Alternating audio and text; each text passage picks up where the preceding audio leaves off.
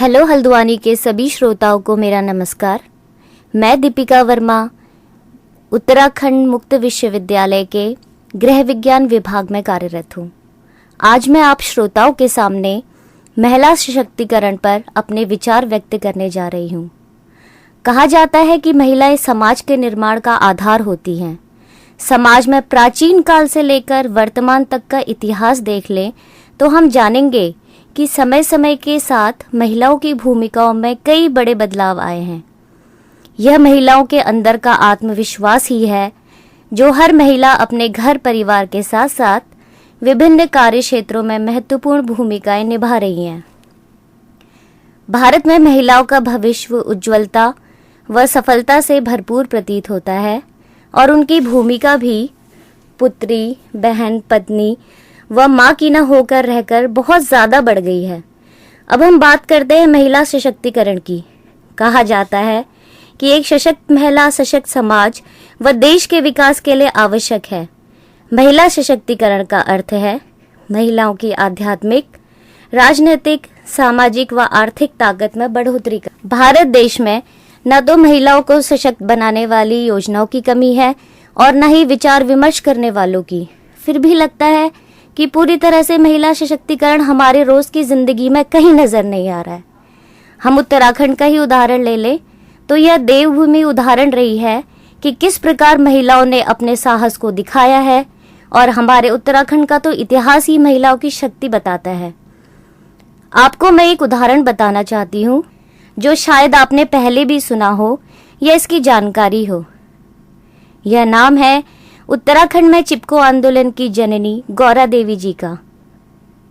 26 मार्च सन 1974 को गोपेश्वर में रैणी जंगल में पेड़ों के कटान के विरुद्ध गौरा देवी के साथ साथ 27 महिलाएं व बेटियां देखते देखते देवदार के जंगल की ओर अचानक चल पड़ी थी और पेड़ों से लिपटकर अपना रौद्र रूप दिखाकर पेड़ों के कटान को रोका और पर्यावरण को बचाने में अपना योगदान दिया था। कई महिलाओं ने पर्यावरण, शिक्षा, समाज सेवा व कृषि जैसे कई क्षेत्रों में अपनी भागीदारी प्रदान की है। मुझे लगता है कि कई ऐसे क्षेत्र हैं जिनमें महिलाएं थोड़ा सा समय देकर खुद में आत्मविश्वास जगा सकती हैं और अपनी भागीदारी बढ़ा सकती हैं।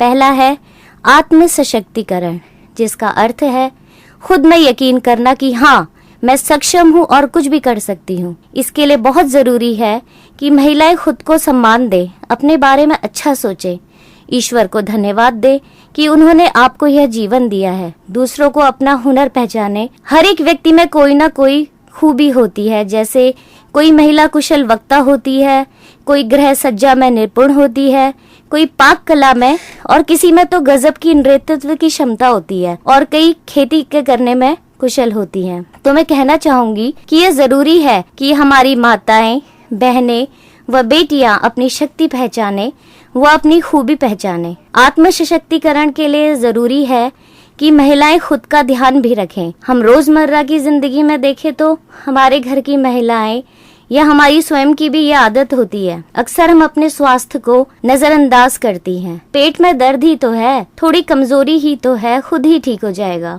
ये कुछ आम बातें हैं जो घर की महिलाओं से अक्सर सुने जाते हैं। तो जरूरी है कि हर महिला अपनी सेहत पर और खान पान पे भी ध्यान दे, अपनी नियमित जांच कराएं और सेहत में कुछ भी बदलाव लगे तो डॉक्टर से जरूर मिलें। रोज ध्यान करें, व्यायाम करें और योग करें।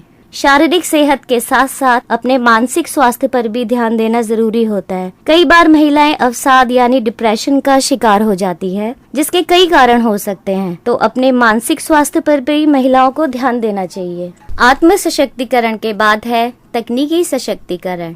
आजकल नई तकनीकों का दौर है। घर से ही शुरू हो जाए तो हमारे घर में घड़ी, mobile, washing machine, car, scooty सब तकनीक का ही उदाहरण है। यह आवश्यक है कि जिस घर में आप रहते हैं या जहाँ काम करते हैं वहाँ छोटी छोटी काम में आने वाली तकनीक के बारे में आपको पता हो। आज भी कई लोग घर में वॉशिंग मशीन होते हुए भी घर के किसी अन्य सदस्य का इंतजार करते हैं कि वह आए और हमें बताए कि कैसे वॉशिंग मशीन को शुरू करना है और कपड़े धोने हैं। कई माताएं व बहनें होती है जो सिर्फ फोन मिलाने के लिए भी घर के अन्य सदस्यों पर निर्भर रहती है। कहने को तो ये बहुत छोटी सी बातें हैं, पर देखा जाए तो कहीं ना कहीं यह हमारे आत्मविश्वास को कम कर देता है। तो आवश्यक है कि महिलाएं रोज की जिंदगी में इस्तेमाल होने वाली तकनीक की जानकारी भी रखें और इनमें अपनी कौशलता भी बढ़ाएं। तीसरा पहलू है आर्थिक सशक्तिकरण। घर चलाने के लिए आय की आवश्यकता होती है। कई महिलाओं के लिए आय घर की आवश्यकता है और कईयों के लिए आत्मविश्वास बढ़ाने का साधन। उत्तराखंड की महिलाएं तो हर क्षेत्र में आगे हैं। ग्रामीण महिलाओं ने तो कई ऐसे उदाहरण दिए हैं जो सबके लिए एक सीख है।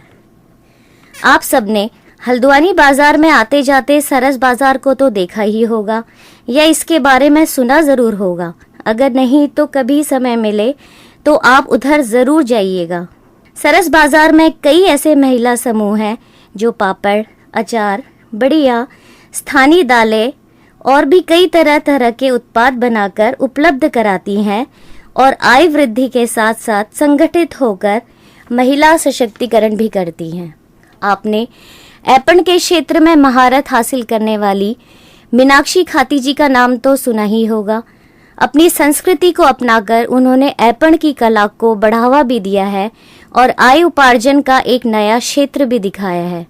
मशरूम उत्पादन में अपना कौशल दिखाने वाली दिव्या रावत जी ने भी आय वृद्धि में नई राह दिखाई है। खेती से केचुआ खाद बनाकर, विभिन्न प्रकार के व्यंजन बनाकर, विभिन्न प्रकार के वस्त्र बनाकर, उन्नत खेती कर महिलाएं खुद को आर्थिक रूप से सबल बना रही हैं। कोरोना के समय में तो महिलाओं ने मास्क भी बनाए और वह भी बहुत बड़ी संख्या में। इसी तरह और भी कई क्षेत्र हैं जिनमें महिलाओं ने आर्थिक रूप से खुद को मजबूत किया है। इसके बाद है सामाजिक सशक्तिकरण। कई महिलाएं हैं जिन महिलाओं को अपने परिवार के हर व्यक्ति का प्रोत्साहन मिलता है और आगे बढ़ने के अवसर भी मिलते हैं।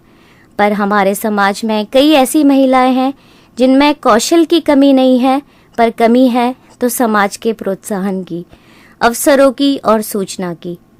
कई बार महिलाओं को पता ही नहीं चलता है कि हमारे लिए कौन कौन सी योजनाएं हैं, क्या ऐसे अवसर है जिनका वह फायदा उठा सकती हैं। कई बार तो अच्छा पद भी मिल जाता है पर अपनी जिम्मेदारियों को लेकर एक भ्रम की स्थिति बनी रहती है।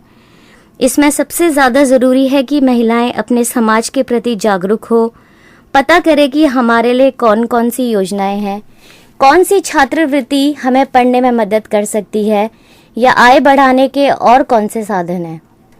एक महिला अगर दूसरी महिला के प्रति संवेदनशील बने और उनकी मदद करे आगे बढ़ने में, तो उस संगठित रूप को आगे बढ़ने से कोई नहीं रोक सकता। उत्तराखंड की महिलाओं की शक्तियों ने कई बार कुप्रथाओं को भी रोका है। आज भी गांव की महिलाएं अपने जंगलों की, नौलों की रक्षा कर रही हैं। शराब व नशे की लत से दूर रहने के लिए खुद को, समाज को जागरूक कर रही हैं।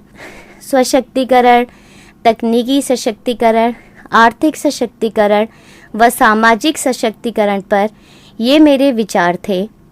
मैं सभी महिलाओं के उज्जवल भविष्य की कामना करती हूँ और आशा करती हूँ कि वे स्वयं को सशक्त बनाएं और एक दूसरे के प्रति संवेदनशील हो। अंत में कुछ लोकगीत की पंक्तियों के साथ अपनी बात को विराम देना चाहूँगी, जिसमें सबके लिए प्रार्थना है। भूमिका भूमिया देवा हो, सफल करिया देवा हो, गढ़ का गढ़सा देवा हो, सफल करिया देवा हो, सफल करिया देवा हो। धन्यवाद।